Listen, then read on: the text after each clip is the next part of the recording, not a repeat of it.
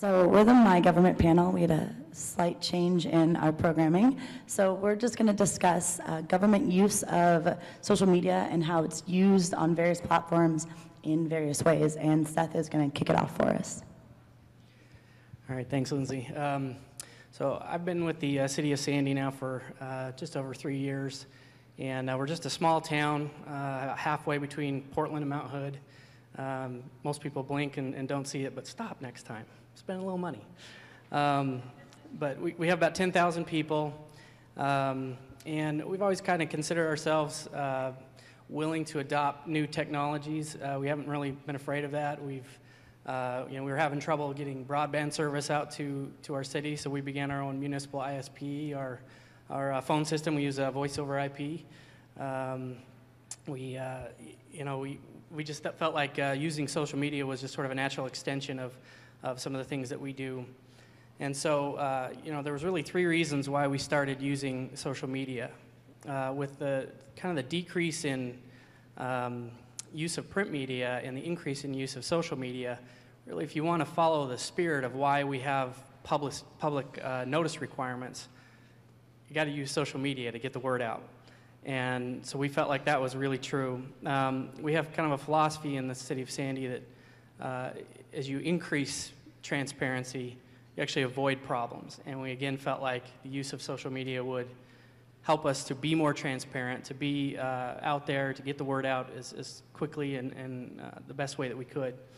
And again, that's the 3rd reason why we decided to move forward with social media. It's effective and it's very easy.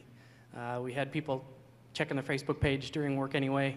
Might as well have them monitor the city page and do posts for us. And so just want to throw out a couple of experiences that we've had in our use of social media. We're using Facebook right now, and we talked about it in our management team. Well, we all felt like, yeah, this is something we should do. We should really look into this. And one day we hadn't really set an action plan up and no policies or anything like that. One day our network administrator emails me the Facebook page. He says, hey, what do you think? And he also sent it to another person who is a longtime resident of Sandy. And within a few hours, we had 76 fans. And then after 2 weeks, we had over 1,000. And so we're kind of like, guess we're on Facebook. All right, let's develop a policy. So, there was really no testing phase or kind of an ease into the use of social media. It's like you're on. Recently here, about a few months ago, and I don't know if it affected Washington the way it affected us, we had really severe windstorms that came through, like 65-mile-an-hour winds, and it knocked out power to all of the city, in fact, most of the county. And in the city of Sandy, I'm the finance director, but I also function as the city's emergency manager as well. And so we activated our emergency operations center, got called down. We had a generator running, so we had power to our EOC, and we had access to the internet. We're, checking information. We felt like we were doing great. We had this hub running, and all our staff was engaged, and we were getting through this emergency. And at the end of it all, we felt like that went pretty well. And then we got to our next city council meeting, and one of our more tech-savvy city councilors said, so why didn't you put anything on Facebook? Why didn't you post? Kind of sheepishly looked down. That's a good idea. We really ought to try to do that. We honestly just didn't think of it because we thought, power's out. Who's going to be checking this stuff? But anyone's got a smartphone is going to be looking. They want updates. They want information. And so obviously next time something like this rolls around, we're going to be creating. We have access to information in our EOC that really should be getting out there. And so that's a goal that we've got. The next time this happens, we're going to be doing periodic posts to inform our citizens. And the final thing I really wanted to touch on is that there's really a lot of apprehension in local governments about using social media. And I think that a lot of that stems from whenever we have a presentation at some of our conferences about social media, they always follow it up with the lawyer. The lawyer's at the end talking about how you got to do this and you got to do that. You got to be careful of this and watch out about the legal ramifications for this. And so I think people kind of shy away. It's just best not to touch that. But we really felt like it was something that we really needed to do. And you know, when we decided to go ahead and allow public comments on our Facebook page, that was part of the policy, is that we were not going to engage in some sort of comment war. We knew there's, you know, you're never going to make everyone happy. There's always going to be a vocal minority out there that's going to say something and throw a comment out there, and we really wanted to stay away from kind of defending the city or defending our services. And so we just kind of cringed when we set that button up to allow public comment. But I can honestly say that we have really had citizens rally to our defense whenever there is a comment. And that's happened on multiple occasions. And so what this has done for us is it's really provided a measuring stick for us as a government to determine how well we're providing our services.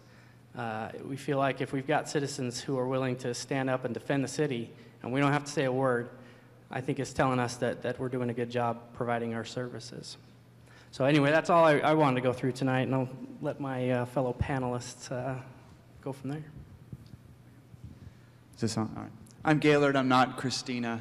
She couldn't make it, I'm told, so I got to pinch hit. And I kind of wanted to tell a story that's kind of related in some ways. It's not so much about government directly, but about community and hashtags and Twitter.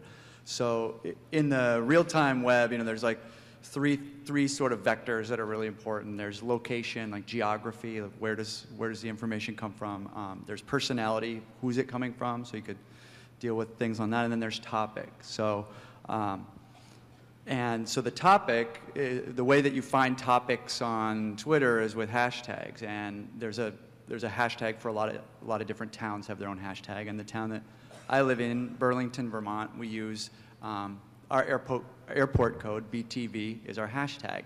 And we've been using it since about 2007. And a lot of different people in the town use it. We've got, you know, all the merchants and the restaurants and stuff, of course, are on there telling people what the lunch special is.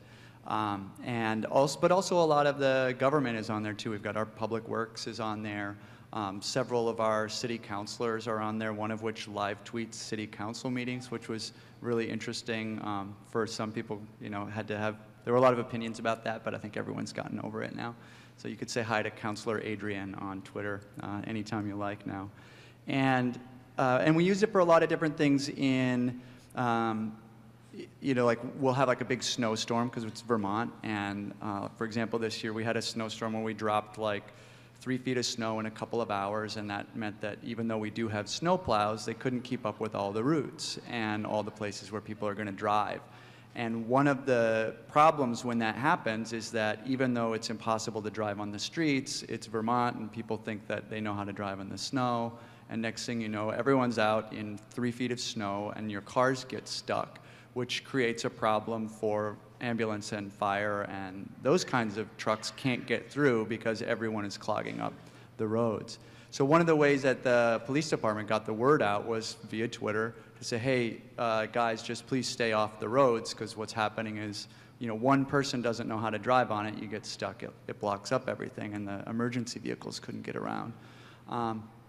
And also the social services use that town hashtag as well. They'll say, hey, don't forget to check on your neighbors. If you have some neighbors that are older, maybe you should go check, make sure they're okay, that they've got everything that they need. And one of the nice things about community town hashtags is that people, you know, if there's a chance to be helpful, they'll be helpful. It's easy enough to hit retweet, hey, check on your elderly neighbors, please, or hey, stay off the roads because you're just going to get stuck and block the ambulances.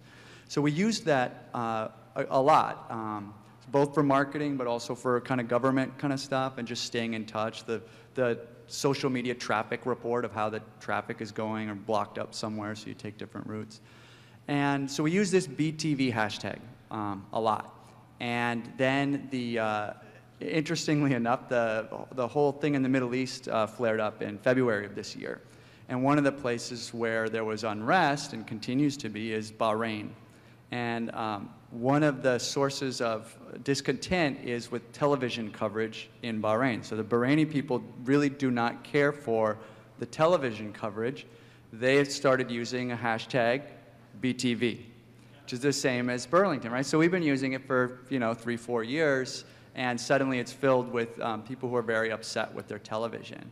And the kind of the thing to think about, perhaps in an emergency management situation, is here is a communication channel that this community of ours relied on for 3 or 4 years. And within a week, it was totally, filled with stuff that wasn't relevant to us.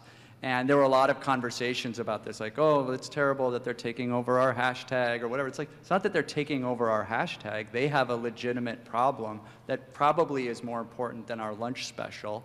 And if they want to talk about TV and how they don't care for it, it's not like there's ownership of the hashtag. And that's an important thing to consider, is ownership of conversation is a challenging thing. And so in this case, that was actually what inspired me to discover and learn how to do the geographically centered searches, was so that we could still use the BTV hashtag, and now we only look within 100 kilometers of Burlington, so we no longer get filtered in from Bahrain. But from a communication standpoint, that's something perhaps to consider, and I just wanted to share that story with you guys. So I'm going to try to tie this all back together. My experience with social media is politically based, mainly in campaigns, and I know I'm running out on time, so all of my speech will be on my blog, so follow me on Twitter, check out my blog, because I'd love to talk to you more about this, because I could go on for days about politics and communication. But I just want to hit on two things that I think politicians, elected officials need to be aware of, but also, I'm not trying to preach to the choir, but us as constituents, we can also help our elected officials follow through on these two things. The two things are just simply don't be afraid of dialogue and not be afraid of change and learn to adapt. Number one thing is a lot of politicians aren't engaging on Facebook and Twitter because they simply don't want to deal with the backlash or negative comments. But Facebook, you can delete comments. Twitter, you can't delete an @reply. That's there. People are going to know if you're ignoring people, especially when CNN's reporting that half of the House floor has their Blackberries out on a House vote, and the congressman you're actively tweeting is ignoring all of your tweets. Not a great PR move. And so some of the campaigns I've worked on specifically have been the Obama campaign, and there are specific reasons that I am certain that he was able to win is because of the way he used social media. He tweeted during the campaign personally from himself. He also engaged his constituents virally, which most people have not done, and even in his 2012 campaign, he launched his candidacy only on YouTube. He didn't buy out network TV time. He launched it on YouTube and started the conversation there. He wasn't afraid to engage. I worked on another local congressional campaign last fall, and they had a 24-hour waiting period before they would tweet at all. Even if you're a sitting office, or even though he was a sitting elected official, his campaign office would not let him tweet without it going through all of the aides. So having waited 24 hours to even post one @reply, the person you're @replying to has probably lost interest or doesn't even know what the conversation was about. Moving on to don't be afraid of change and learn to adapt. Politicians that have been great communicators have always done well. Whether it was Abe Lincoln being a great orator or the fireside chats that the Roosevelts did, they communicated well. And today, it's the same communication, it's a different platform. Politicians that communicate well, and like Seth said, the more transparency you have, the less problems you have, will do better. Politicians that are engaging you on their Twitter, Facebook, blog, what have you, will tend to do better. So like I said, this will be on my blog. I don't want to take all the time. We have 2 minutes left. If you guys want a question and answer about government, social media, anything? Okay. Oh. Yes.